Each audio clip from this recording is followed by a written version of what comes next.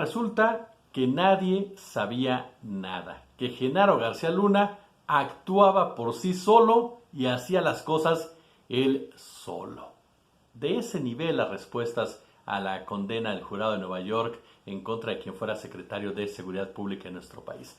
¿Qué tal? ¿Cómo están, amigos y amigas de esta comunidad? Pues tenemos que hablar de este tema porque de verdad han sido, por decirlo menos, vergonzosas las reacciones que hemos visto de políticos, de embajadores, de medios de comunicación después de lo que sucedió en Brooklyn.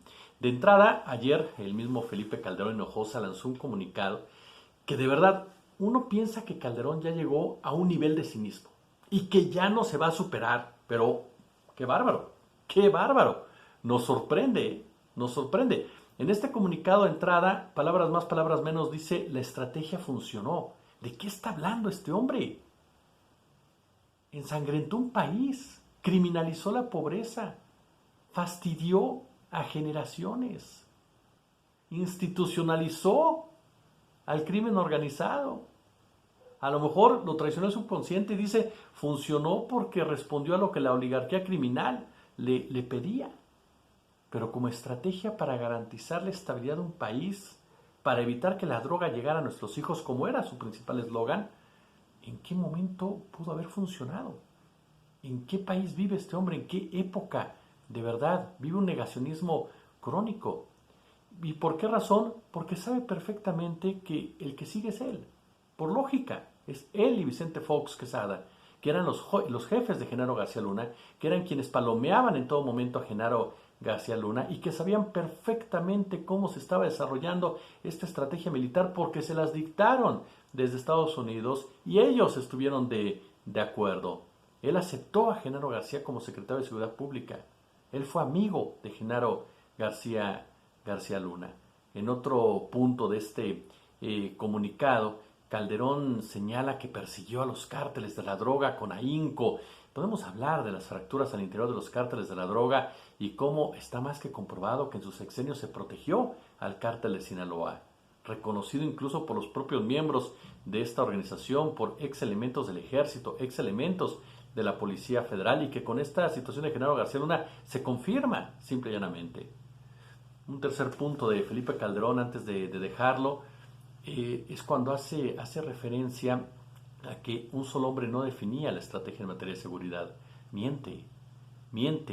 La cabeza de esa estrategia era Genaro García Luna y era el general Galván, y lo sabíamos todos, y todo estaba relacionado con ellos, y ellos eran los que definían operativos, y ellos eran los que definían formas y maneras. Y Felipe Calderón estaba totalmente de acuerdo. La reacción de Santiago Krill, lavándose las manos, diciendo en una entrevista con Loret de Mola, una entrevista totalmente pagada, que él pues nunca estuvo enterado, que nunca les avisaron, nadie nos avisó lo que hacía Genaro García Luna. Vicente Fox, hablando de que el que sigue es López, primero a la calle, después a la cárcel. Y Vicente Fox como que no alcanza a comprender su responsabilidad, o es de verdad tan sinvergüenza que pretende desviar la atención de una responsabilidad que a él le compete, porque de las épocas más oscuras en la aplicación de la justicia fue durante la gestión de Vicente Fox, con Rafael Maceo de la Cancha como procurador y con Genaro García Luna como titular de la AFI. Entonces, lo que intenta hacer Fox simplemente es cambiar la narrativa, confiando en ese papel mediático que durante mucho tiempo fue lo que lo sustentó, y no un plan de gobierno, no un proyecto de nación, no una verdadera estrategia para sacar al país adelante. El embajador de Estados Unidos, Ken Salazar, señalando que su país respeta la democracia y la aplicación de la ley. ¿Por qué no mejor, mi querido embajador, hablamos de cómo la CIA utiliza el crimen organizado para generar inestabilidad en los países? Por ejemplo, para formalizar a los grupos paramilitares disfrazados de cárteles.